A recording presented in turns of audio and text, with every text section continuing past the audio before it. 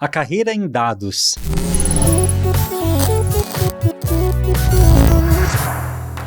Meu nome é Guilherme Silveira e hoje eu vou conversar aqui com Davi Neves, Tech Lead da Escola de Dados da Alura. Isso mesmo. Tudo bom, Davi? Tudo ótimo, Guilherme. Beleza, legal. Davi, a ideia era perguntar para você um pouco, a gente escuta tantas vagas com títulos diferentes, né? Engenheiro de dados, engenheira de dados, Machine Learning Engineer, cientista de dados. Como que funciona, né, esse grande guarda-chuva da área de dados em relação a cargos, tarefas, papéis? Como que isso funciona no dia a dia? Bom, a gente consegue pensar num modelo mais tradicional, né, que é justamente o engenheiro de dados, começando ali na estruturação dos dados, pensando um pouco mais na manutenção desses dados. E aí depois ele vai ter essa comunicação, né, direto com o analista de dados, que tem já um papel um pouquinho mais analítico em relação àqueles dados que já foram disponibilizados pelo engenheiro de dados. E logo em seguida tem um cientista de dados, né, que a gente já conhece bastante, que ele tem essa questão um pouco mais, pegando um pouco mais sobre machine learning, né? Então ele faz essas análises, ele entende um pouco mais do negócio, mas ele tem essa ligação direta com o analista de dados. E isso a gente pensando mais num lado mais tradicional, né? Pensando numa coisa que já está bem estruturada e claro que por ter como a gente pode pensar na área de dados em si, ela está crescendo muito, muitas ferramentas estão sendo disponibilizadas, a gente está pensando num modelo mais enxuto, mas pode acontecer de um engenheiro de dados já se relacionar diretamente com um cientista de dados e por aí vai. Então, tentando estruturar aqui na minha cabeça, o engenheiro de dados, a engenheira de dados, ela vai estruturar esses dados, ela vai de alguma forma pegar essas informações que estão, ou esses dados que estão espalhados, ou até mesmo de repente em um repositório, e estruturar para que outra pessoa acesse.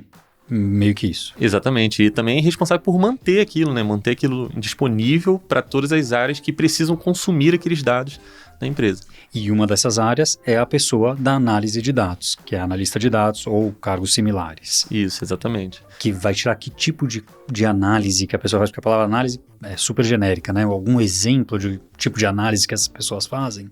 Então, um analista de dados ele já tem uma pegada um pouquinho mais de responder perguntas que as pessoas, normalmente os gestores precisam, baseados naqueles dados que a gente tem. Então ele consegue olhar para aqueles dados, identificar como ele pode responder essas perguntas. E é exatamente isso que o analista de dados faz. Tá.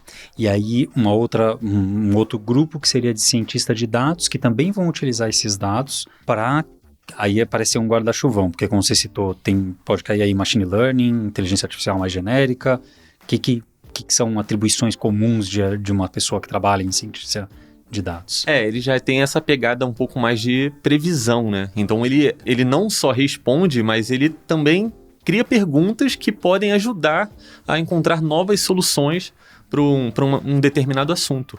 Então isso que é o maior papel ali do cientista de dados e também trazer esse direcionamento ali de como a gente vai aplicar o machine learning em um determinado negócio. Tá.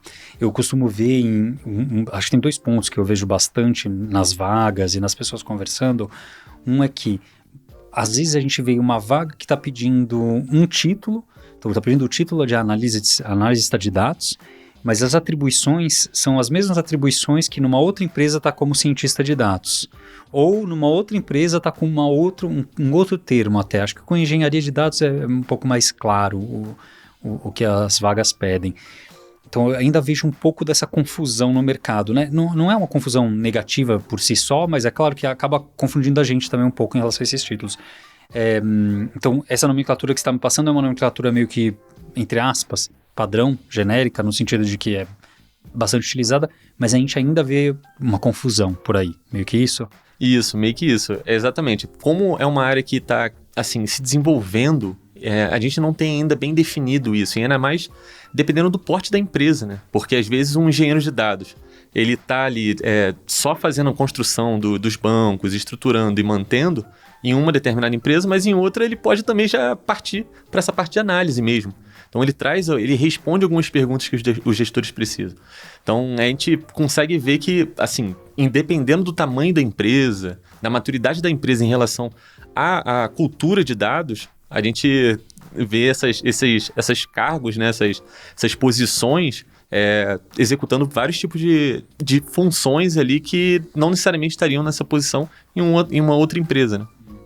Que me lembra também, justo os que eu citei ali para trás, acho que eu citei talvez o engenheira de machine learning, que me parece ser equivalente à engenharia de dados, mas mais específico, mais nichado, né? Dentro da engenharia de dados, mais nichado, focado para machine learning, do que o geral, que eu imagino que a engenharia de dados seja como você citou, para todo mundo que vai acessar os dados, né? Isso, exatamente. O engenheiro de machine learning ele já tem uma característica ali de pegar esses modelos que o cientista de dados já fez ali, ele coloca para produção, né? Então ele já bota, vamos dizer, o machine learning em outro nível naquela empresa, né? Então ele já consegue trabalhar, não é à toa que um engenheiro de machine learning já tem assim uma base de matemática, estatística bem forte.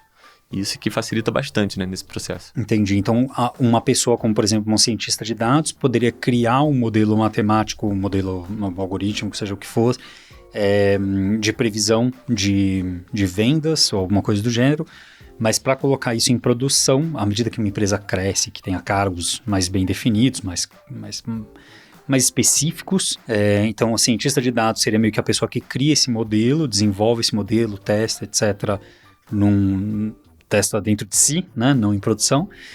E aí a pessoa de engenharia de machine learning é quem coloca isso para rodar na escala necessária, com as garantias que precisam ser colocadas. Isso, exatamente. E pensando até nesse modelo de empresa, né, do porte, da cultura, a gente consegue encontrar uma nova profissão, que é justamente um engenheiro de analytics, né? Tem um cara ali que está no meio termo entre um engenheiro de dados e um analista de dados. Ele já tem uma característica ali um pouquinho mais específica, porque, de acordo com a demanda e a alimentação de dados, as fontes de dados estão mudando, as estruturas estão mudando. Um processo que é muito conhecido na área de BI, que é o ETL, hoje em dia ele já tá se invertendo, ele está sendo o ELT. Porque o ETL, ele é o Extract, Transform e Load, né? Que é exatamente você extrair os dados, transformar esses dados e carregar esses dados. Disponibilizados, né?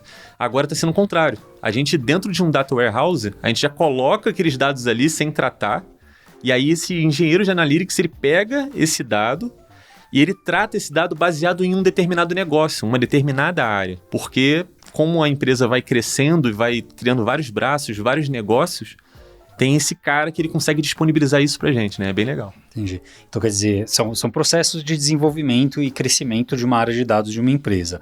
Quando começa, é uma pessoa, João, Maria, José, seja quem for, que está lá provavelmente fazendo tudo, pegando os dados de tudo que é lugar, fazendo tudo que tem que fazer.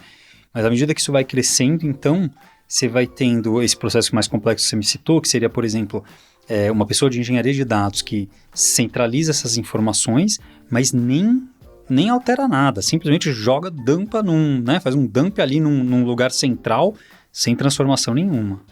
Aí vem uma outra pessoa que vai pegar aquele dumpão, que é o Data Warehouse, e especializar aqueles dados, fazer de novo uma extração, só que é uma extração de um lugar só, né?